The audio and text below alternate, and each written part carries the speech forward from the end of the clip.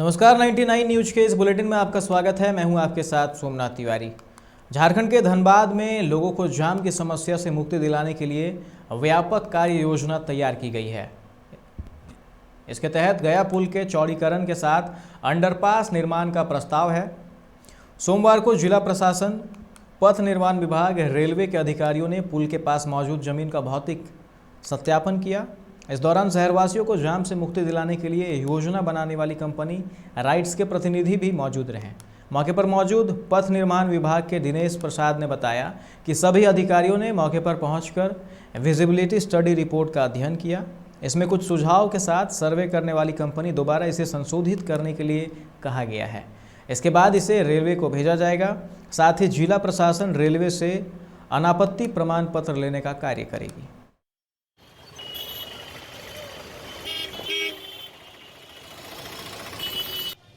आई हुई है, visibility study report लेकर के आई है। हम लोगों ने रेलवे से कांटेक्ट करके उसमें वो कुछ सुझाव का प्रस्ताव दिए हैं और उसको हम लोग राज्य को दे दिए हैं। तो उसमें जो सब्सिडी दिया जा रहा है रेलवे के द्वारा जो कहा गया है उसको फिर ड्राइंग में सुधार करके अपनी कर दिया। अभी का यही डेवलपमेंट है। और अंडरपास बनाने की जो बात है फाइनल स्टेज पर कब तक? फाइनल में इसमें अभी विजिबिलिटी स्टडी रिपोर्ट दिया गया। झरिया के पाथरडी कोलवासरी अंतर्गत मोनेट प्लांट के मुख्य गेट के पास बीसीकेयू ने मोनेट को पर्याप्त कोयला देने, मजदूरों के पीएफ के पैसे के हिसाब समेत 12 सूत्रीय मांगों को लेकर धरना दिया। बीसीकेयू के शाखा अध्यक्ष सबूर गोराई ने कहा कि बीसीसीएल से मोनेट को पर्याप्त कोयला नहीं मिल पा रहा है, जिससे मजदूरों को काम भी नहीं मिल रहा है। महीने में केवल 6 से 7 ही मजदूर को काम मिल रहा है, जिससे उनके समक्ष भुखमरी की स्थिति उत्पन्न हो गई है। इसके अलावा ठेका मजदूरों के पीएफ के पैसे का भी कोई हिसाब किताब नहीं है।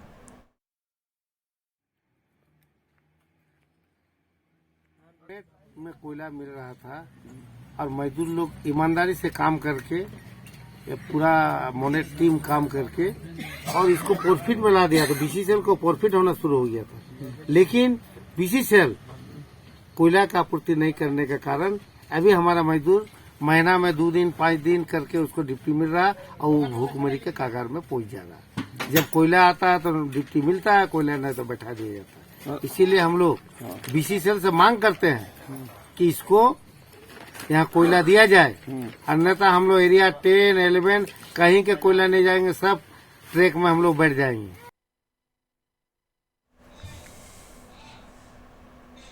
धनबाद में रिश्तों को कलंकित करने वाला मामला सामने आया है। झरिया थाने में एक नाबालिग बेटी ने अपने बाप पर दुष्कर्म करने का आरोप लगाया है। मां के साथ पुलिस से मदद मांगने पहुंची लड़की ने दावा किया कि हथियार का डर दिखाकर पिता पिछले 3 महीने से उसका शारीरिक शोषण कर रहा है। शिकायत के बाद झरिया पुलिस आरोपी पिता को उसके घर से गिरफ्तार कर ली है। थाना लाकर उससे पूछताछ की जा रही है। मामले की जाँच शुरू कर दी गई है। क्या देखे की बचना जाता है? कार्रवाई मेरे पापा ने किया है।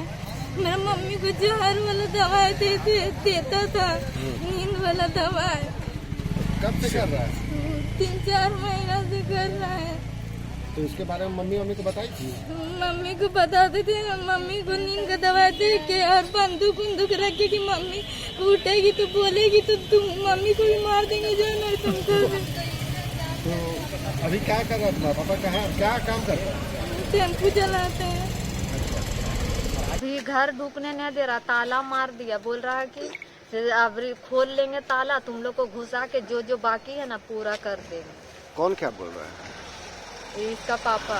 इसके साथ क्या करता है? आपकी बेटी के साथ क्या कुछ मामला हुआ है? इसको रेप करने खोजता है। कौन कर रहा है? इसका पापा। कब से कर रहा है? अभी हमको नहीं पता, हम 2 दिन से देखे। कैसे आपको जानकारी हुआ ये? बत्ती पूरा घर का बाहर का बुता देता है बत्ती। और जब हम देखते कि नहीं चौकी पर है, जब हम पूरा हल्ला करने लगते हैं तब बोलता हम यही तो है, यही तो। फिर इससे पूछे तो ये बताई 5 नंबर तुरिया बस्ती में क्या नाम है, मिस्टर अंसारी अपना पुत्री के साथ गलत तनिक कर रहा था। उसी को सूचना में सत्यापन के लिए हम झारखंड पेट्रोलियम डीलर्स एसोसिएशन के बैनर तले आज से धनबाद के विभिन्न पेट्रोल पंपों पर सप्ताहव्यापी जनजागरण अभियान की शुरुआत की गई। एसोसिएशन ने राज्य सरकार से 3 सूत्री मांगों को अविलंब पूरा करने की मांग की है। इसके तहत कोर्ट मोड़ स्थित ग्रीन व्यू पेट्रोल पंप में एसोसिएशन के लोगों ने हाथों में तख्तियां लेकर जनजागरण अभियान की शुरुआत की। एसोसिएशन के अध्यक्ष अशोक सिंह ने कहा कि केंद्र सरकार ने पेट्रोलियम पदार्थों की कीमतों को सस्ता करने के उद्देश्य से टैक्स की दर में कटौती की थी, जिसके बाद राज्य सरकार से भी वेट कम करने की उम्मीद थी, परंतु राज्य सरकार ने अब तक किसी प्रकार का निर्णय नहीं लिया है, इसलिए हम यह अभियान चला रहे हैं।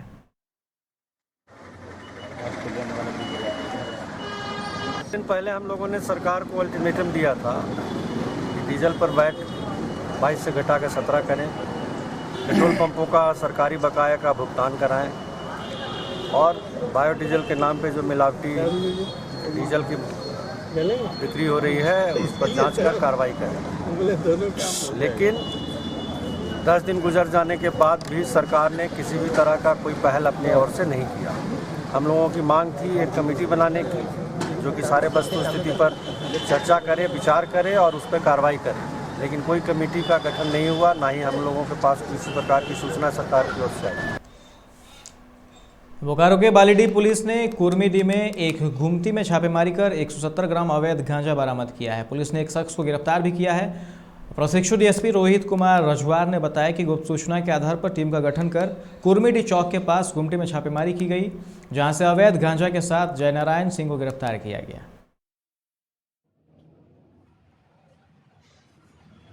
कुर्मीडीह चौक पे बहुत सारा ऐसा दुकान है जिसमें अवैध रूप से नशीली पदार्थों जैसे गांजा हो गया, अफीम का बिक्री अवैध रूप से किया जा रहा था और काफ़ी दिनों से ये सूचना हमें प्राप्त हो रही थी और इसका बीच बीच में छापामारी दल का गठन करने के पश्चात छापामारी किया भी गया, लेकिन फाइनली 11 दिसंबर 2021 को मेरे नेतृत्व में छापामारी दल का गठन किया गया, जिसमें कुर्मीडीह चौक में जयनारायण सिंह नामक व्यक्ति का एक गुमटी नुमा दुकान पे छापामारी किया गया, जिसमें अवैध रूप से गांजा बरामद हुआ और उस गांजे को हमने उस जगह पे सील किया और बाकायदा नियम अनुसार विधि संगत कार्रवाई करते हुए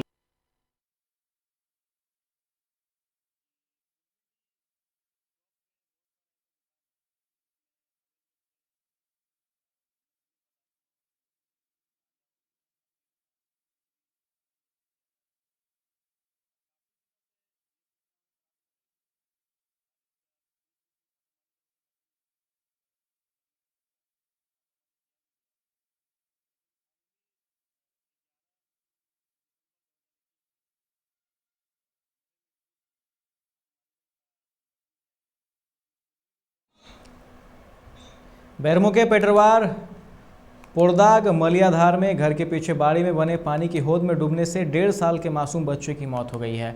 बच्चे की मौत से परिजनों का रो रो कर बुरा हाल है। बताया जा रहा है कि जितेंद्र कुमार का 1.5 वर्षीय पुत्र अभिनव कुमार खेलते खेलते घर के पीछे बाड़ी में चला गया, जहां घर के गंदे पानी की निकासी और मछली पालन के लिए बने हौदा में वह गिर गया। लगभग 20 मिनट बाद बच्चे को पानी में डूबा देख लोगों ने बाहर निकालकर उसे बीजीएच ले गए, जहाँ डॉक्टरों ने बच्चे को मृत घोषित कर दिया। बालूमाथ थाना से महज 100 मीटर की दूरी पर स्थित बाजार टांड में बदमाशों ने सीसीएल कर्मी की बाइक की डिक्की से दिनदहाड़े 49,000 रुपये की चोरी कर ली। पीड़ित केलू राव ने कहा कि वह तेतरिया खांड कोलियरी में ब्लास्टिंग डिपार्टमेंट में है। स्टेट बैंक से 49,000 रुपये निकालकर पैसे को झोला में बंदकर डिक्की में रखकर सामान खरीदने बाजार गया था, जिसके बाद सामान खरीद कर लौटा तो देखा डिक्की में रखा रुपया गायब है। मामले की सूचना मिलते ही पुलिस पहुंची और छानबीन में जुट गई। बैंक से पैसा निकाल के पनौती में उतरे तो हमारे साथ एक लड़का उतर रहा था। हम नहीं सोचे कि चोर है कि चुहाड़ा है, उतरा हमारे साथ है। इसके बाद नीचे मेरा गाड़ी खड़ा था, वो गाड़ी से हम भी पॉकेट में नहीं रखे पैसा, डिग्गी खोल के डिग्गी में रखे। इसके बाद स्टेट थाना के बगल में हम रस्सी लेने लगे। सामने लिए, सोचे कि पैसा है कि सामने लेते हैं, कोई ले न जाए, खोलने जाए पैसा। मटकुरिया फ्लाईओवर निर्माण को लेकर जिला प्रशासन जल्द ही जमीन अधिग्रहण की कार्रवाई शुरू करेगा। मटकुरिया चेकपोस्ट से वासेपुर भाया आरा मोड़ होते हुए विनोद बिहारी महतो चौक तक बनने वाला यह फ्लाईओवर 3.7 किलोमीटर लंबा होगा। इसको लेकर विभिन्न जगहों पर जमीन अधिग्रहण की जरूरत पड़ेगी। इस फ्लाईओवर निर्माण को लेकर धनबाद अंचल कार्यालय ने जमीन अधिग्रहण संबंधी सर्वे रिपोर्ट सौंप दी। धनबाद सीओ प्रशांत लाया का कहना है कि survey report state highway authority of Jharkhand व जिला भू अर्जन विभाग को सौंपी गई है। इसमें रेलवे और BCCL की जमीन पर अवैध कब्जाधारियों व रैयती जमीन अधिग्रहण को लेकर रिपोर्ट दी गई है।